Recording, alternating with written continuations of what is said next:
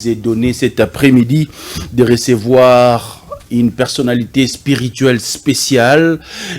Aujourd'hui, c'est une personnalité à ne plus présenter à travers la République démocratique du Congo. Parce qu'avant les élections, il a parlé et il continue à parler, à insister sur l'avenir de la République démocratique du Congo. Le prophète Simon Kimbangu a parlé pour la République démocratique du Congo. L'archibishop Coutinho Fernando a parlé. L'honorable Ntingi Pouloulou a parlé aussi dans Likambo Etali, la congolité de père et de mère. C'est une première émission sur Ntingi Télévision. Avant Tozwa Kimia Solo Turubandrolanda et Tiplas à Rosalasso a eu opportunité à Royawate parce que le Congo a un problème sur le plan spirituel. Le Congo aujourd'hui risque la balkanisation. Est-ce qu'ils allaient satanique? Est-ce qu'ils allaient démoniaque? Nous avons le plaisir de recevoir l'apôtre Paul. L'apôtre Paul Shalom. Bonjour. Bonjour, le plaisir nous est donné de vous recevoir cet après-midi. Une petite présentation par rapport à tous les téléspectateurs qui vont vous suivre et à travers le monde et ici à la République démocratique du Congo. Bon, présentation, moi, c'est le révérend Paul Mukendi. Très bien. Et je suis le président international du ministère Paul Mukendi et le responsable du centre évangélique Parole de Vie. Je suis un conférencier, je suis un homme d'affaires, je suis à la tête de mes entreprises. Très bien. Prêt à répondre à toutes nos questions? Ouais. Est-ce que votre appel est différent des autres serviteurs de Dieu? Bon, je ne pense pas. Nous prêchons tous Jésus-Christ. Hein. De quel serviteur il s'agit aussi. Mais sinon, pour nous, les églises évangéliques, on a presque les mêmes choses, les mêmes connotations et nous prêchons Jésus-Christ. Quelle est la vraie mission d'un apôtre? Un apôtre, il a pour but fonder les églises et promouvoir l'œuvre de Dieu, donc poser les fondements. On a 5 ministères, on a l'apôtre, c'est l'apôtre qui pose les fondements. Comme Paul dit, j'ai posé les fondements comme un sage architecte. Alors un apôtre pose les fondements. Quand un apôtre pose les fondements sont solides. C'est lui qui a la capacité même de démarrer une église. C'est une capacité, une compétence qu'ont les apôtres. On peut trouver ça chez vous? Oui, je suis un apôtre authentique. Authentique. Authentique. Très bien. Lorsque vous regardez aujourd'hui votre pays, la République démocratique du Congo, sur le plan spirituel, est-ce que le Congo a des problèmes? Sur le plan spirituel, quel genre, de quel côté spirituellement? Rien n'avance aujourd'hui après l'indépendance. Oui, rien n'avance. C'est vrai que rien n'avance. Nous sommes encore une jeune démocratie, une jeune nation. On n'a que 60 ans d'existence, presque 64 ans cette année. On est une jeune nation. On n'est pas comme aujourd'hui l'Europe, qui est le vieux continent. Mais l'Afrique est un jeune continent, si nous pouvons le dire ainsi. Mais je sais que demain sera meilleur. Il faut qu'on prenne conscience et qu'on se prenne à charge pour faire démarrer les choses. Vous demandez aux Congolais de prendre conscience? Oui, de prendre conscience. Ouais. Qu'est-ce qui manque pour qu'aujourd'hui, cette conscience puisse être assise dans la tête des Congolais? La conscience manque au niveau où les Congolais pensent que tout va leur tomber sur les mains, sur les bras, et ça va marcher de soi. Et comme on a été colonisé par l'homme blanc, ça veut dire qu'on a déjà mis l'homme blanc à la place des dieux. Et à ce niveau-là, ça ne peut pas marcher. On a l'indépendance dans la bouche, mais en réalité, on n'est pas indépendant. On n'est pas indépendant, c'est les autres qui nous gouvernent, c'est les autres qui font des injonctions à nos gouvernements, à nos chefs d'État, et on ne peut pas bouger. Pour preuve, tout simplement, nous sommes dans une situation de guerre. Le Congo est attaqué, et on n'est pas capable. Nous sommes le seul pays au monde qui est en guerre, qui est attaqué, mais on ne sait pas attaquer le pays, inquiéter le pays qui nous attaque. Nous prenons des photos, nous avons des images, toutes les preuves. On sait que c'est le Rwanda qui attaque le Congo, mais les Congolais ne sont pas capables de réagir contre le Rwanda. C'est le seul pays au monde. C'est le seul pays au monde. Et ça, est-ce la faiblesse de nos gouvernements? Je ne sais pas ce qui se passe. Et je sais qu'il y a une pression extérieure. On fait pression pour... Derrière ça? Oui, on fait pression pour que nos gouvernements n'attaquent pas, par exemple, le Rwanda. Mais en même temps, il y a une faute qu'on peut aussi attribuer à nous-mêmes Congolais, à nos gouvernements, parce que les frontières, la frontière contre le Rwanda n'a jamais été fermée. Les relations diplomatiques n'ont jamais été brisées. Mais nous parlons de 15 millions de morts. Alors, soit nous sommes en train de blaguer, ou soit nous sommes en guerre. Alors, si nous sommes en train de blaguer, qu'on arrête alors de se plaindre. Mais si nous sommes en guerre, nous devons nous comporter comme un pays en guerre. Parce qu'on ne peut pas avoir 15 millions de morts. Il y en a qui ferment leurs frontières seulement à 2 personnes qui sont mortes, ou même 10 personnes. Mais là, nous parlons de 15 millions de morts. Mais nous avons la frontière avec le Rwanda qui est quasiment ouverte, comme si de rien n'était. Non, si vous fermez la frontière, c'est parce que il y a vos frères qui doivent vivre, ils s'en vont vendre au Rwanda. Entre le Congo et le Rwanda, qui a besoin de l'autre? Nous sommes très nombreux, plus que les Rwandais. Ce sont eux qui ont besoin de nous, ce n'est pas nous qui avons besoin du Rwanda. On doit fermer ces frontières-là pour montrer que nous sommes sérieux. Nous voulons que la communauté internationale nous prenne au sérieux, mais nous-mêmes, on n'est pas sérieux dans cette guerre. Nous, les Congolais. On n'est pas sérieux. Pensez-vous qu'aujourd'hui, notre président de la République a le main lié? Il a le main lié. À l'égard? Ouais, il y a de la pression. Il y a de la pression. Il y a la volonté. On l'a tous entendu pendant les élections. Il a menacé Kagame. Il a menacé le Rwanda. Et là, dès qu'on entend un tel discours, on dépêche des gens qui représentent les États-Unis, on va les dépêcher, il y a des coups de fil, il y a de ceci, non, écoutez, tout ça, ainsi de suite. Il a les mains liées, parce que moi je ne comprends pas, ou je ne peux pas comprendre, c'est un fils du pays, qui est à la tête du pays. Pourquoi le président Tshisekedi n'attaque pas le Rwanda? Parce qu'il faut qu'on frappe le Rwanda pour nous faire respecter. Mais on a suivi notre ministre de l'Information, qui a dit tout haut que dans ces contextes, on ne peut jamais faire la guerre. Quel contexte? Dans ces contextes ici, on a une institution vendité, Séné vendité, Assemblée nationale, Babandi Moussala Kalamingité, qu'on ne peut jamais faire la guerre. Est-ce qu'il faut continuer dans le chemin de la diplomatie? Je ne sais pas pourquoi ils communiquent de cette façon. Je ne sais pas pourquoi ils sont en train de communiquer de cette façon. J'ai suivi même le ministre de l'Intérieur aussi, Peter Kazadi, hier, qui parlait contre les manifestations et qui disait carrément, non, c'est notre guerre, les Américains sont nos partenaires, les Français sont nos partenaires, ce n'est pas eux qu'on doit suivre. Mais écoutez, Israël a pour partenaire les Américains. Et on le voit sur terrain. Les Américains sont nos ennemis. Ce sont eux les M23. Les Français, les Américains, les Anglais, ce sont eux le M23. Parce que nous ne pouvons pas dire que les Américains sont de notre côté, mais regardez ce qui se passe sur terrain. Regardez ce qui se passe. Regardez ce qu'ils ont fait. Ils ont commencé déjà par nous prévenir qu'on a... Le Rwanda s'est déjà procuré le missile sol-air, je ne sais pas comment ils appellent ça. Et en même temps, ils savaient qu'ils ont déjà armé le Rwanda pour faire face. Parce que pour le moment, ils sont en train de se faire massacrer par notre armée. Alors, qu'est-ce qu'ils font? Ils annoncent et automatiquement, ils envoient leur sous-traitant qui est la Pologne. Ce président polonais vient comme de nulle part. De nulle part. Où est-ce qu'on a déjà entendu dire ici en Afrique que la Pologne a aidé un pays? Parce que la Pologne elle-même, c'est un pays du tiers-monde. La Pologne n'est pas une puissance économique, ni même une puissance, je ne sais pas, militaire. Non. Alors, la Pologne vient pour dire non, ok, nous on va vous soutenir militairement en cas d'attaque, et ainsi de suite. Et on voit les M23 directement qui lancent des missiles. Non, ce sont ces Américains et ces Français qui avaient déjà envoyé les armes au Rwanda. Maintenant, on va se poser la question, comment ces armes sont entre les mains du M23 ou du Rwanda? Là, il faut vite dire, c'est la Pologne. Ce n'est pas la Pologne, c'est l'Amérique. Et ce sont eux qui font pression sur nos gouvernements. Parce que moi, je ne peux pas concevoir qu'un ministre congolais puisse interdire aux Congolais d'aller manifester devant les ambassades. Je ne peux pas. Il y a eu des jeunes qui sont même arrêtés. Je ne peux pas concevoir. Si on dit qu'il y a des gens, il y a eu du vandalisme. Oui, nous condamnons cela. On n'aime pas la violence. Mais cependant, aller manifester devant une ambassade n'est pas un crime, n'est pas mauvais. Parce que ce sont eux. Ils nous poussent toujours à aller négocier. On a négocié combien de fois depuis le début de la guerre jusqu'à aujourd'hui. Mais ça n'arrête pas. On a monté toute notre bonne foi. Mais ça ne passe pas. Mais aujourd'hui, qu'est-ce qu'il faut? Il faut qu'on les chasse. Il faut qu'ils partent de chez nous, qu'ils ferment leur ambassade. Comme ça, c'est clair. On sait que l'Amérique est contre nous, plutôt qu'on joue au chat et à la souris. Est-ce qu'il faut réfléchir 2 fois ou 3 fois pour que nous puissions prendre cette décision? On n'a pas besoin de réfléchir 2 ou 3 fois. Il faut agir comme des hommes. On ne nous respecte plus parce qu'on n'agit pas.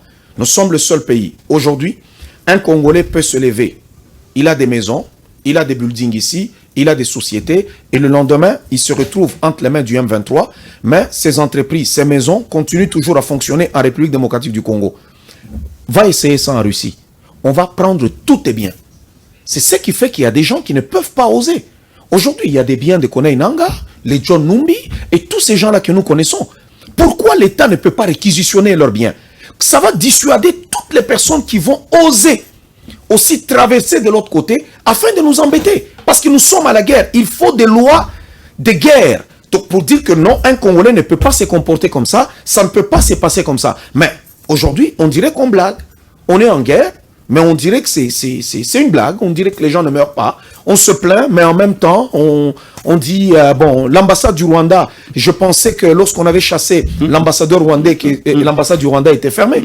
Mais je venais d'apprendre que l'ambassade du Rwanda est fonctionnelle. L'ambassade du Rwanda, elle est là, elle est ouverte. Mais est-ce que c'est compréhensible? C'est incompréhensible. Incompréhensible. Nous avons juste le Burundi qui est là, notre pays voisin. Ils ne sont pas en guerre contre le Rwandais. Ils sont en désaccord. Le Burundi a fermé la frontière. Fermé la frontière. Mais pourquoi le Congo n'est pas capable de prendre juste même une seule décision? Une seule décision pour dire que nous sommes en guerre. On tape le poing sur la table. C'est triste. Plus de 15 millions de morts. Plus de 15 millions de morts. Plus de 15 millions de morts. Et ces ambassadeurs continuent à nous dire non, on a observé le Rwanda, on observe le Rwanda. Quelles sont les sanctions qu'ils ont fait sur le Rwanda? Très bien. L'un des présidents européens, français, a demandé que nous puissions dialoguer pour que nous puissions vivre en paix. Que pensez-vous? C'est un voyou. C'est un voyou.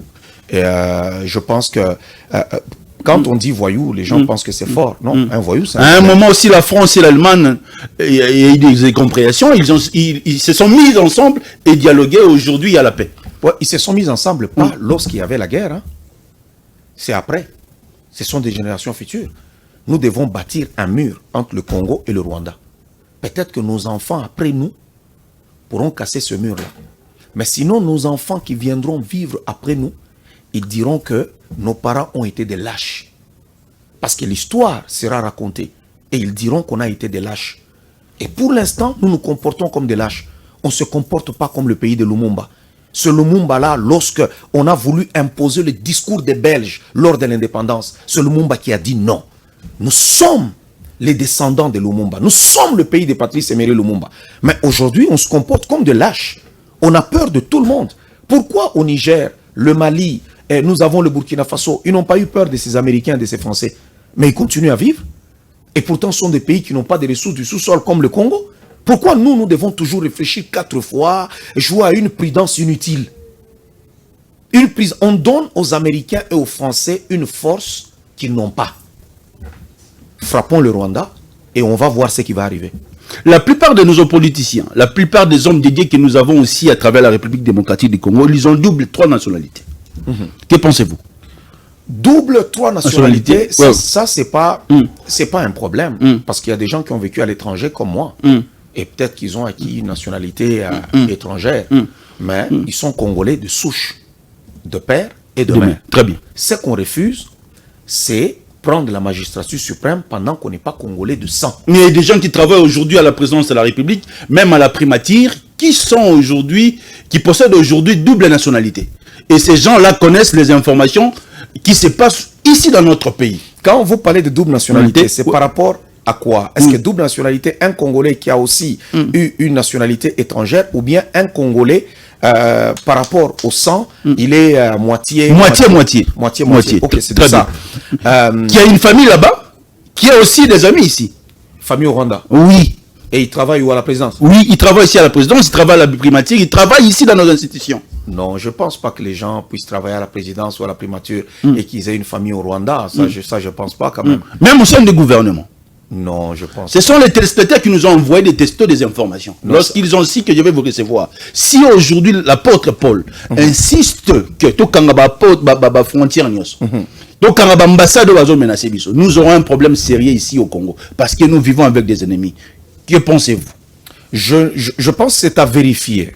C'est à vérifier, parce que moi, quand je regarde les membres du gouvernement, je ne vois pas un Rwandais ou un Ougandais dans le gouvernement. Non. Je vois des Congolais là. Très bien. Je vois des Congolais. Je ne pense pas. C'est parce qu'il y a des gens qui soupçonnent maintenant tout le monde. Très bien. Ouais, on dit non. Tel, il est ceci. Tel, quand quelqu'un ne t'aime pas aussi, il peut crier que non, toi tu es étranger. C'est devenu comme une injure. Très bien. Mais en réalité, là, on parle des vrais problèmes. Par exemple, il y a des personnes, quand vous le regardez, vous vous dites déjà que lui là, il n'est pas des pères et des mères. Très bien. On a des opposants, on a des gens qui se disent opposants, guillemets, mais dans le gouvernement ou à la primature, je ne vois pas. Il faut réfléchir des fois. Oui, je ne vois pas. Il faut vérifier. Il faut vérifier. Je ne peux pas tout nier, mais il faut vérifier. Mais moi, je ne vois pas. Je n'ai pas connaissance de ça. Qu'est-ce qui nous manque aujourd'hui? Par rapport à quoi? Par rapport à tout ce que nous sommes en train de subir. Ce qui nous manque, c'est la fermeté. La fermeté. Rester ferme. Comprendre que nous sommes seuls contre tous. Tu ne peux jamais t'en sortir dans la vie si tu ne sais pas te battre. Et te battre, c'est de comprendre qu'il n'y a personne pour m'aider. Je suis seul contre tous. C'est en ce moment-là que tu pourras t'en sortir. Mais si tu comptes toujours, nous sommes là en train de compter toujours sur les Américains. C'est nos partenaires. Les Américains ont dit. Les Français, c'est nos partenaires. Les Français ont dit. Et ainsi de suite. À un moment donné, écoutez, ça ne passe pas. Nous devons comprendre que Kagame est protégé par ces puissances-là. On doit le comprendre. Parce que le rapport des Nations Unies dit clairement que cette agression, c'est une agression rwandaise. On dit clairement que c'est le Rwanda qui tue et qui pille les minéraux du pays. Mais quelles sont les sanctions? Il n'y a pas de sanctions. Il y a zéro sanction. En même temps, nous voyons même le Rwanda sur les vareuses du Paris Saint-Germain, où on écrit même Visite Rwanda. Même quand ils jouent là-bas, on dit Visite Rwanda. Il y a la publicité. Mais pourtant, le Rwanda est un pays sanguinaire, un pays voyou, un pays qui agresse les autres. Mais on l'a vu lorsque les pays, la Russie s'élève contre l'Ukraine. On a vu cette solidarité. Si les Américains disent qu'ils sont nos partenaires, qui se comportent alors avec nous, comme c'est le cas avec l'Ukraine, ils apportent de l'aide à l'Ukraine, ils déboursent des milliards pour l'Ukraine, ils donnent des armes à l'Ukraine, ils font beaucoup de choses pour l'Ukraine. Pourquoi pas alors pour le Congo? C'est parce que ce sont eux qui nous agressent. Je le dis et je le répète, que les Congolais se lèvent. C'est les Américains, ce sont les Français qui se lèvent pour nous agresser. Ce pays n'est pas le pays, par exemple, d'un individu qui peut se lever pour nous empêcher de mettre notre opinion ou de manifester. Non, c'est le pays des Congolais. Et là, nous, Congolais, nous nous sommes déjà levés. On doit se prendre à charge pour dénoncer cette injustice et qu'ils quittent notre territoire. C'est tout. On ne les aime pas. Les Américains, aujourd'hui, nous, on ne les aime pas. Les Américains, on ne les aime pas. Qu'ils quittent pour le Congolais, l'Américain comme le Hamas pour les enfants d'Israël. C'est tout. Ou pour Israël. Apôtre Paul, à vous attendre parler, il y a beaucoup à prendre dans vos dires.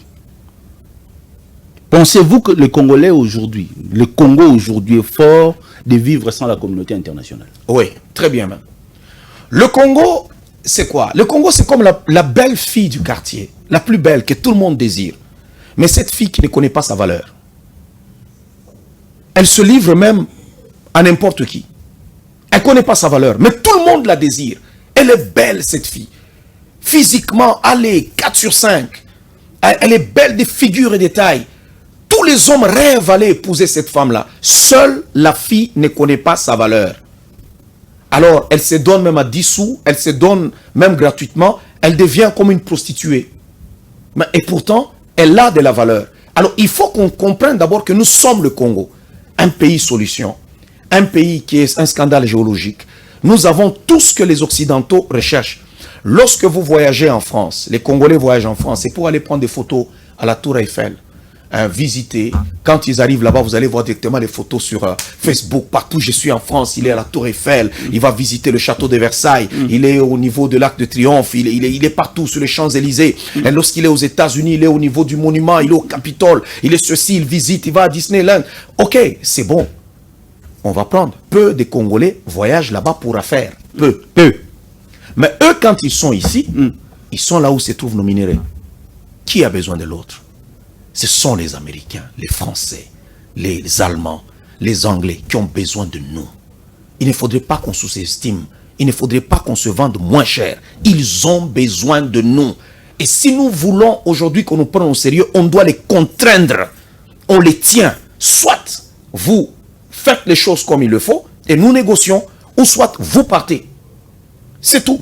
Et le monde aujourd'hui, il est ouvert. Ce ne sont pas seulement les Américains. Aujourd'hui, l'Amérique n'est pas la première puissance économique. Hein.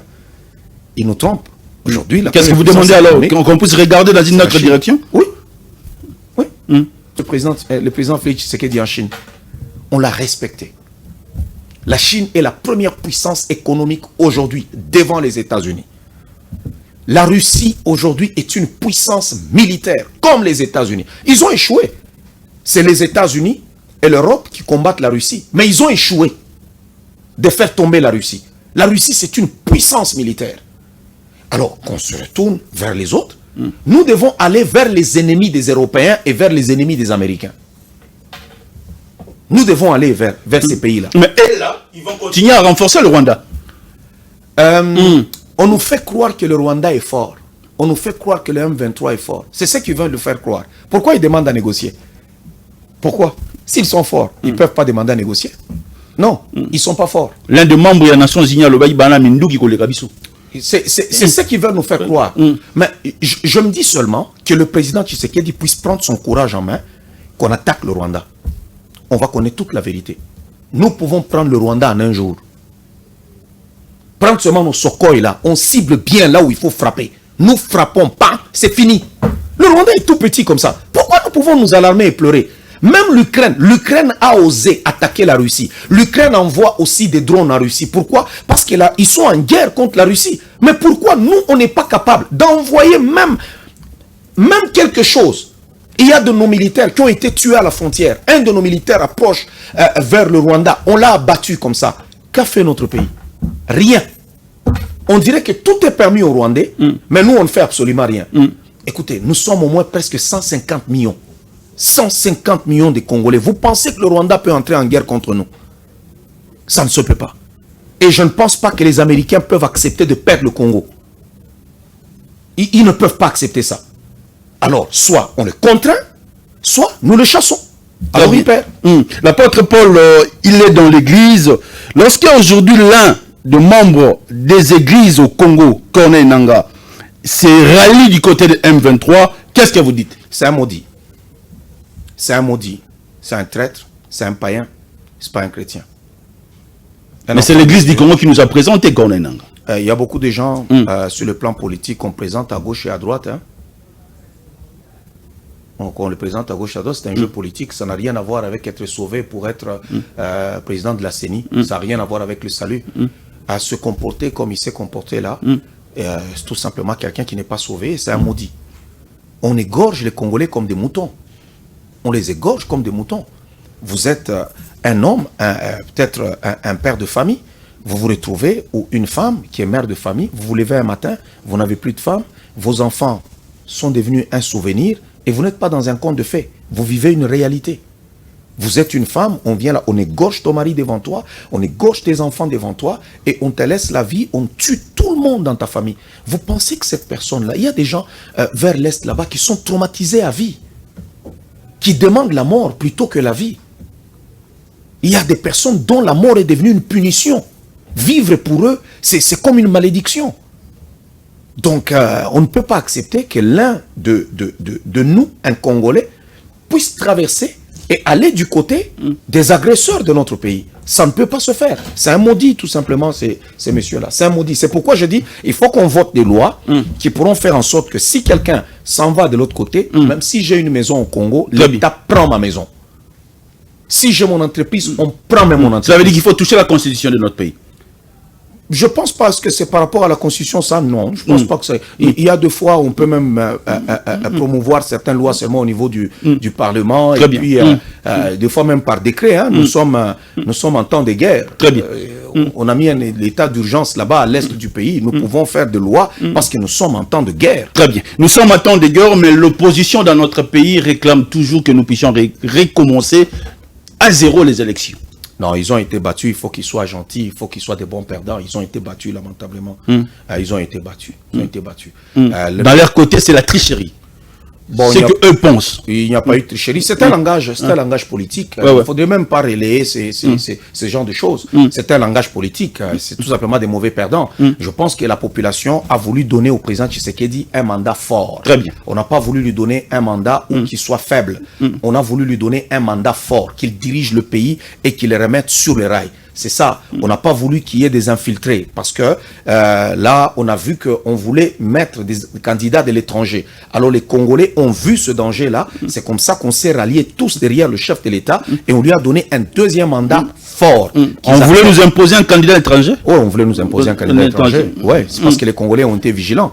Ils ont été vigilants. On voulait nous imposer vraiment. On est habitué à nous faire des choses comme ça. Nous, les Congolais. Oui, on est habitué à nous faire ça. On nous amène des candidats qui ne savent même pas parler le français. Ce n'est qu'au Congo que ça peut se faire. Ou on vous amène un candidat qui ne sait même pas conjuguer le verbe avoir au conditionnel ou au passé composé. Il ne connaît rien. Mais on vous dit, il sera votre président. Alors, cette fois-ci, les Congolais ont dit non. Et ils ont voté le président Tshisekedi. Il y a eu un premier, comme je le disais, il n'y a pas eu de deuxième à cette élection. Parce que pour être deuxième, il faut quand même être proche du premier. Donc, il y a eu un premier et le dernier. Très bien. Posez la question à l'apôtre Paul, pourquoi il a la haine contre Moïse Katumbi? La haine, non. Je ne suis pas quelqu'un, je suis un homme de conviction, mais pas de haine. Moi, ma colère, tout simplement, je sais que Moïse Katumbi connaît ses insuffisances. Il sait qu'il n'est pas capable de diriger une nation, mais il veut nous diriger par défi.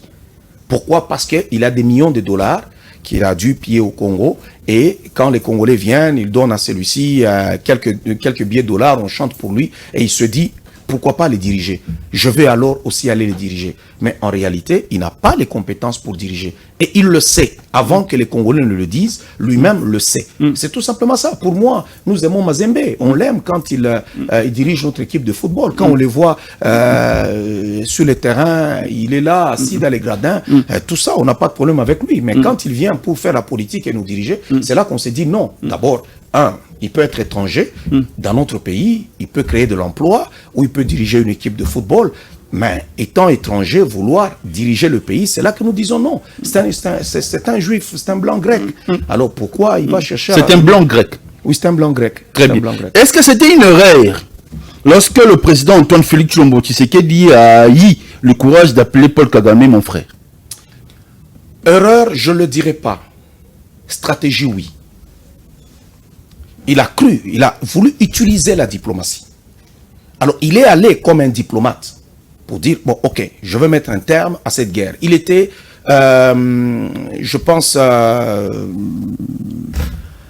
honnête, sincère, et pensant que ça va finir la guerre. Et il voulait comprendre aussi ce qui se passe.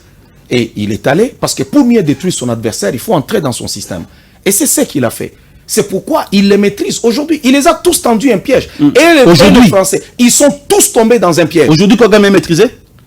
Maîtrisé, je ne le dirais pas, parce que ça prend juste le courage du chef de l'État lui-même, afin qu'on attaque le Rwanda. Mais aujourd'hui, tous, ils sont tombés dans le piège. Le piège, c'est quoi? C'est qu'on a reconnu que c'est le Rwanda l'agresseur. On a reconnu. On a vu sa bonne volonté. S'il était venu au pouvoir et jouer au radical, on allait dire, voilà, il a refusé de ceci, ainsi de suite. Non. Il a joué la carte. Et tout le monde est tombé ils sont tombés dans le piège. Ça veut dire qu'ils doivent reconnaître. Maintenant, on le demande. Vous avez reconnu que c'est le Rwanda l'agresseur. Maintenant, vous devez donner des sanctions contre le Rwanda. Ah, c'est à ce moment-là que ça devient compliqué pour eux. Parce que s'ils punissent le Rwanda, ils se punissent eux-mêmes. Parce que le Rwanda, c'est un commissionnaire. C'est un commissionnaire. Kagame n'est rien. Il n'est rien. Et c'est lui qui dirige l'Afrique aujourd'hui, selon les autres. Diriger l'Afrique, surtout l'Afrique centrale.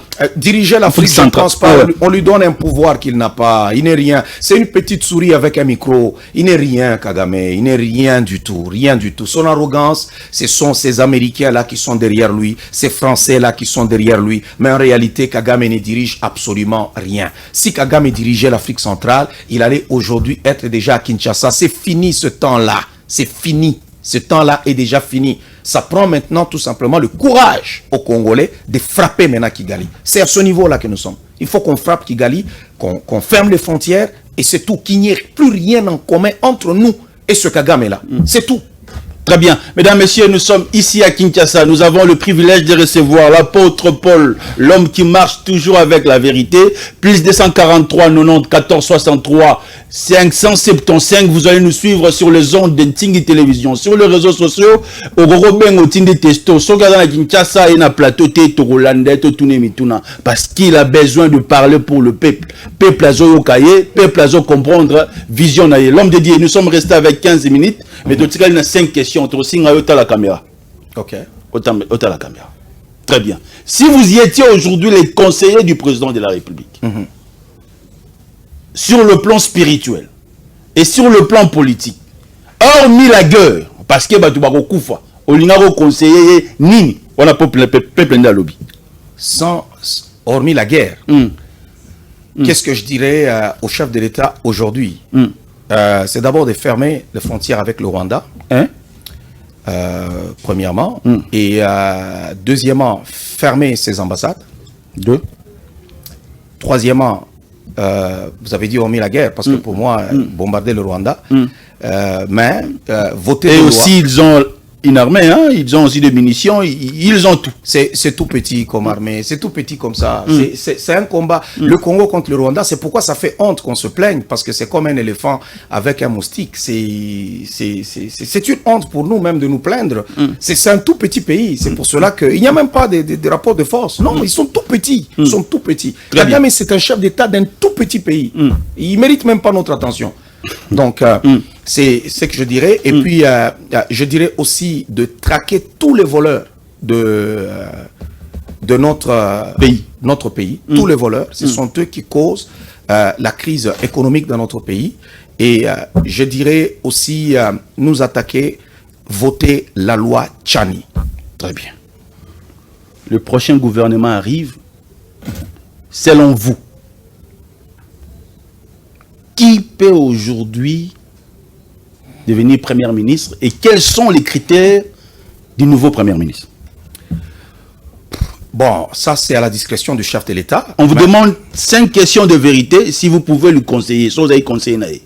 Bon, pour moi, un Congolais ferme, un homme intègre, quelqu'un qui va appliquer la vision claire du chef de l'État. Un homme ferme et intègre. C'est lui que je demanderai que le président de la République puisse nommer comme Premier ministre.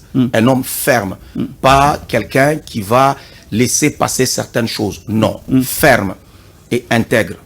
Je pense que celui-là sera bon. Est-ce qu'aujourd'hui notre pays avance pas à cause du tribalisme?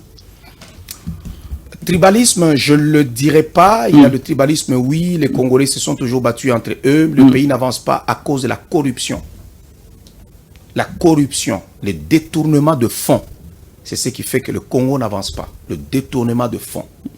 Le tribalisme, non. C'est quand quelqu'un n'a pas un poste, il veut crier tribalisme, tout ça. Non, c'est le détournement de fonds. Ouais. L'apôtre Paul défend le président de la République parce qu'il est sous Louba. Je ne défends pas le président de la République parce que c'est un Moulouba, mais je le défends parce qu'il a une bonne vision pour le Congo. C'est un Congolais. Si c'était quelqu'un d'autre qui avait les mêmes visions que le chef de l'État, il était un fils du Congo dans cette histoire de notre pays de père et de mère, je le soutiendrai. Je le soutiendrai. Je ne suis pas dans ce débat de bas niveau où les gens... Un débat de bas niveau. Oui, de bas niveau. Oui, c'est un débat de bas niveau. Quand on voit quelqu'un, on soutient une personne, c'est parce qu'il est ceci, ainsi de suite. Non. On peut naître d'une même région, on ne l'a pas choisi, ou d'une même tribu, de fond, on ne le choisit pas, ou même d'un même pays, on ne le choisit pas. Personne n'a choisi sa tribu. Est-ce que si c'était à refaire, on nous a congolais?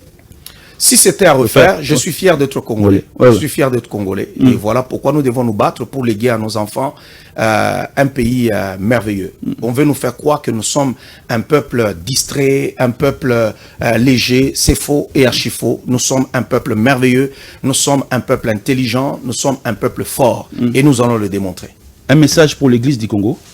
Un message pour l'Église, que l'Église aussi s'élève, que l'Église parle de cette guerre, que les hommes de Dieu se lèvent aussi, et qu'on parle à chaque membre de notre Église que nous devons nous lever et surtout pousser ces Américains et ces Français, ces Anglais, ces Allemands à quitter notre territoire.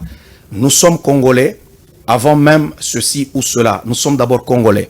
Que tu sois musulman, que tu sois chrétien, que tu sois kimbanguiste, qui que tu sois, nous sommes d'abord Congolais. Si notre pays va mal, on ne saura même pas faire nos cultes. Si nous faisons nos cultes et que nous prêchons, c'est parce qu'il y a un équilibre dans le pays. Mais si nous sommes agressés aujourd'hui à Kinshasa, on ne tiendra même pas nos cultes. Alors nous devons nous lever. Cette guerre nous concerne tous, puisque nous sommes Congolais. C'était un plaisir pour nous de vous recevoir aujourd'hui. Nous pensons que ce n'est pas la dernière fois. C'est aussi un plaisir pour moi. Merci, apôtre. Mesdames, messieurs, nous sommes arrivés à la fin. L'apôtre a parlé avec son cœur. Ce qui au comprendre est bien té. Zoa Bible. Tanga makambo komi. Tanga makambo lobby. Parce que c'est aussi dans la Bible. Une dernière question, apôtre. Est-ce que le Congo a une mission comme Israël? Tobi Mambalamoko. Une mission comme Israël dans quel sens? Est-ce que le Congo, c'est la, comment dirais-je, deuxième Israël? Non, deuxième Israël, non. Il a tout simplement aussi un rôle à jouer sur le plan spirituel aussi. C'est un pays qui a beaucoup d'hommes de Dieu. Les Congolais sont attachés aussi à la spiritualité. Mais nous devons nous prendre beaucoup plus à charge pour que les choses rentrent en ordre. On doit arrêter de pleurer, mais on doit prendre des décisions. Merci mon Motonanzambe. Bato bo walandaki biso na émission bo landa biso pe en intégralité na lingala apôtre lobi moi mingi français, il y aura des commentaires sur YouTube. Restez scotchés si monter. Un grand merci à l'honorable Ntingi Pouloulou pour l'espace et la considération. Un grand merci à l'archibishop Coutinho Fernando. Depuis Paris, je vais vous envoyer les liens à toute la communauté chrétienne. Il y a Poto, il y a Kinshasa, il y a Congo Brazzaville, il y a Congo Kinshasa. Apôtre Paul a pesi biso opportunité les loto yambaye ba sezizaro lipamboli. So kutena lipamboli faut saisir. Le loto zui lipamboli authentique, naturel, il y a gris-grité à dimension moko spirituelle élevée que les dieux des Congolais à Kotali Kamonabiso, guerre ici là, to kufi mingi. Plus ou moins 15 millions de gens au bazo kufa na mokolo alelo, place aux ali, le bago za na motema libanga. So za na motema ba Congolais au komile la. Tala image to moni na réseaux sociaux. Maman kufi mais moi nazo mela libela maman. C'est choquant. C'est choquant. Place Congolais Azali, Miami Sueko Kita. Mais Kita Mingite parce qu'il y a espoir Azali. Restez scotché si monté. Ciao. Merci l'homme de Dieu. Dieu vous bénisse. Merci beaucoup.